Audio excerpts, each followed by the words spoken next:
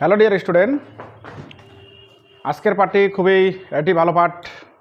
আমরা ধারাবাহিকভাবে যে বিষয়গুলো আলোচনা করতেছি সেটা আজকে আলোচনা করব। সেটি হচ্ছে যে টেন্সের উপরে।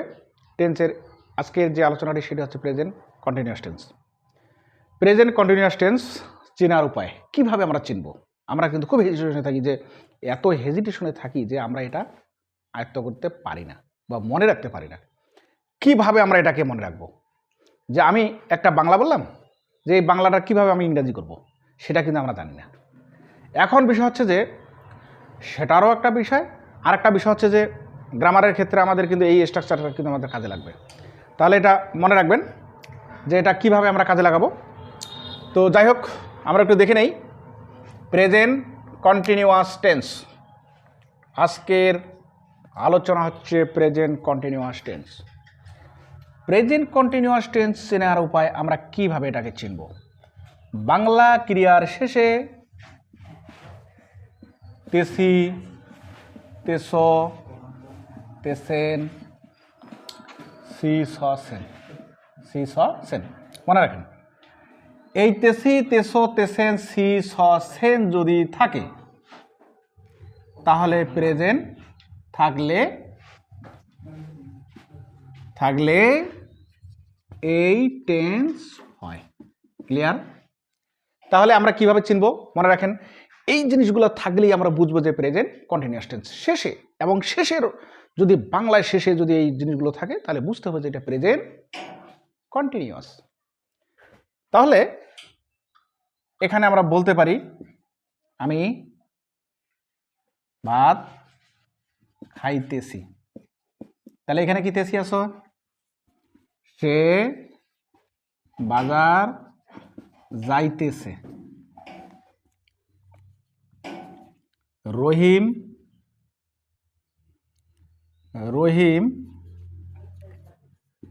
স্কুলে যাইতেছে।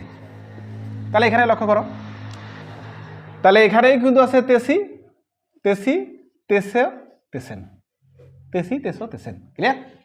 তাহলে এই যে এই বাংলার শেষে যদি থাকে তেসি, তেসো, তেসেন, সি স সেন, তাহলে অবশ্যই বুঝতে হবে যে এটা হচ্ছে present continuous tense. Clear? Present continuous tense. এখন এর আমরা জানবো যে গঠন বা স্ট্রাকচার। এই গঠনটা হবে subject plus am is are plus ভার্বের সাথে আইএনজি যোগ প্লাস অবজেক্ট। ক্লিয়ার?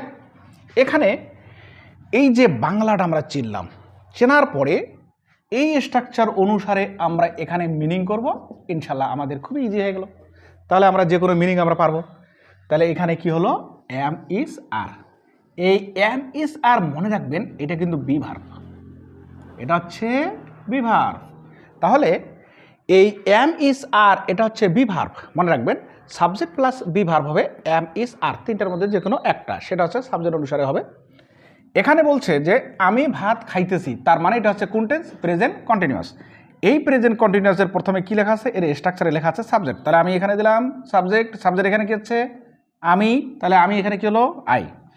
এরপর হচ্ছে এম ইজ আর, কারণ এই সাবজেক্ট অনুসারে হবে, যেহেতু এখানে আই আছে, আই এর পরে কিন্তু এম হয়। আই এর পরে কি হয়? এম হয়। তাহলে এখানে তিনটার মধ্যে একটা বসলো এম। তারপরে বলছে যে ভার্বের সাথে আইএনজি যোগ। ভার্ব কোনটা? এই যে এই তেসি, তেসো, তেসে যেটা থাকবে সেটার নাম হচ্ছে ভার্ব।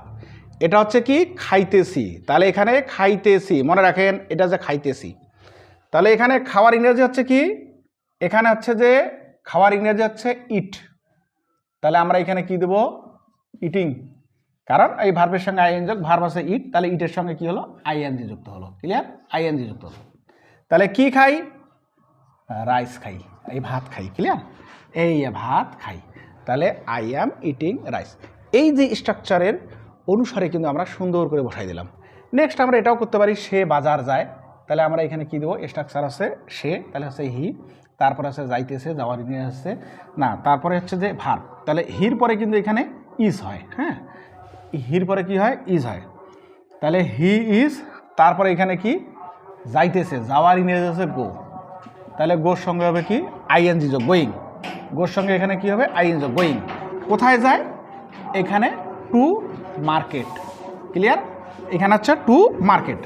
লক্ষ্য রাখেন এখানে টু মার্কেট, কারণ এইখানে এইখানে হলো সাবজেক্ট, তারপর এখানে হলো ভার্ব হচ্ছে ইজ, তারপর হচ্ছে ভার্বের সঙ্গে আইএনজি যোগ, গোয়িং, তারপর হচ্ছে যে মার্কেট। কারণ এখানে টু হলো এই কারণে কোনো কিছুর যদি দিক বুঝায় তাহলে কিন্তু টু বসে। আমি কোথায় যাচ্ছি? আমি স্কুলে যাচ্ছি, আমি বাজারে যাচ্ছি, আমি ঢাকা যাচ্ছি, আমি কোথায় যাচ্ছি?